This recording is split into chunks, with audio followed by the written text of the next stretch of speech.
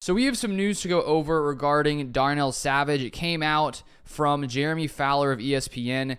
He and Dan Graziano wrote an article on ESPN.com with basically some news and notes after the NFL scouting combine from last week. There were tons of head coaches, GMs, lots of people around the NFL there last week, and so lots of different news items came out. So here it is from the article from Fowler and Graziano. Here from Fowler, Darnell Savage. Enough teams will like his first-round traits to give him a chance on a nice deal after he spent the past 5 seasons in Green Bay. So it sounds like there are going to be teams out there interested in Darnell Savage. We'd already gotten a little bit of this information from Savage's agent last week, February 26th, from Rob Demovsky. Savage's agent said to Demovsky, Darnell loved his time in Green Bay, and we remain optimistic that a deal can get done before the league year. But realistically, the window for free agent communication is around the corner, and there will be significant interest in Darnell.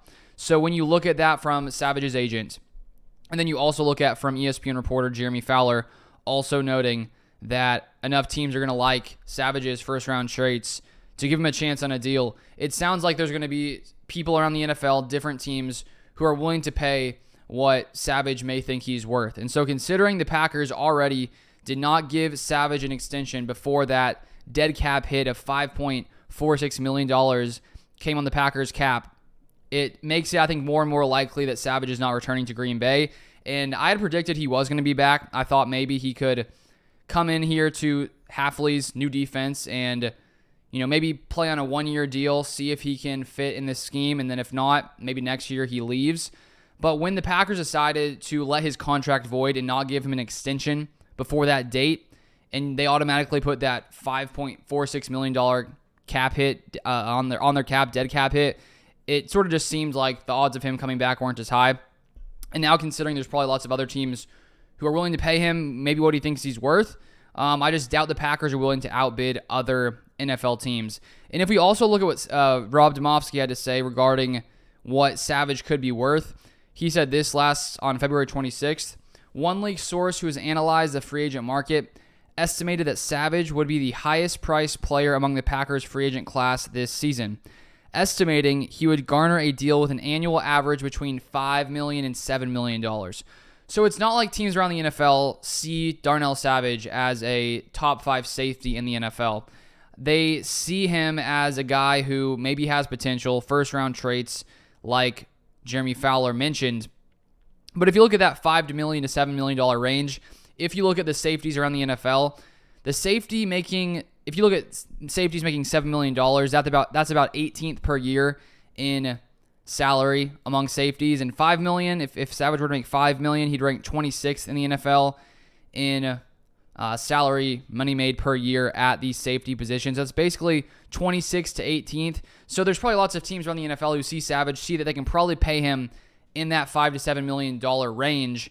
And considering that's a somewhat reasonable contract for a NFL player these days who has talent, lots of teams probably willing to take a chance on Savage, who had some nice time here in Green Bay, mostly earlier in his career. The past couple of years, I think especially 2022 wasn't as great. He got benched at one point. I think that he played a little bit better in 2023, but he did only play in 10 games. And so it sounds like all of this adding up that Savage's time here in Green Bay is likely over.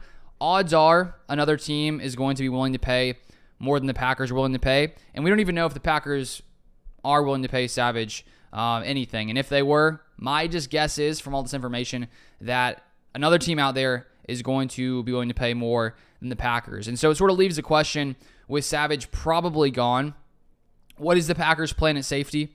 We also know Rudy Ford going to be a free agent. Jonathan Owens also going to be a free agent. And if Savage is gone, part of me has been debating if it could make sense to bring back Owens or Ford on like a $1 million minimum deal just to give yourself depth. And when you do that, you at least have something in the room. I think that we've seen Gutekunst say that the Packers need to make some additions at safety because they're very, very thin, really only have 7th rounder Anthony Johnson under contract currently at the safety position. And so I assume we're going to see a ton of safeties, at least a few safeties added to this Packers safety room, probably in the draft. I would be shocked if the Packers didn't draft at least one safety, maybe two in this draft. And I'm thinking if Savage is gone, I feel like the Packers are going to spend up on another free agent safety out there and bring them in here to this Jeff Hafley defense, because Hafley's talked about how important it is to have that, free safety you can sort of play sideline to sideline. And I think the Packers, you would think Gutekunst, the front office, considering what Hafley sort of desires from that player, that they're going to do their best to get the guy that Hafley thinks he needs for this defense. So I'm going to be excited to see if the Packers decide to spin up at safety, maybe go after Xavier McKinney. That would be exciting in my mind. But we're about a little over a week away from the start of free agency, and I would love to see the Packers spinned up at safety. I think that would be a position. Safety definitely one of the biggest positions of need, and we are going to see the Packers add safeties. The question is who, how much money will it cost, and sort of how will they fit with this Packers defense. But that is the most recent news I wanted to go over. Thank you for watching. As always, if you want more Packers content, Packers news, feel free to subscribe down below. And